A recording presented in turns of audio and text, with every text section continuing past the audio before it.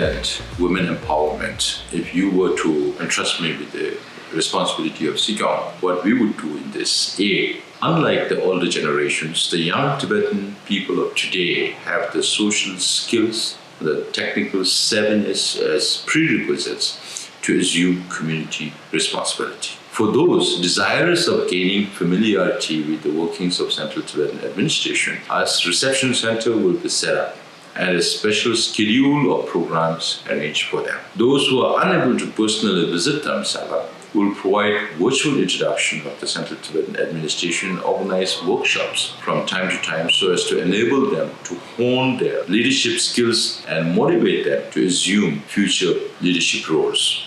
B.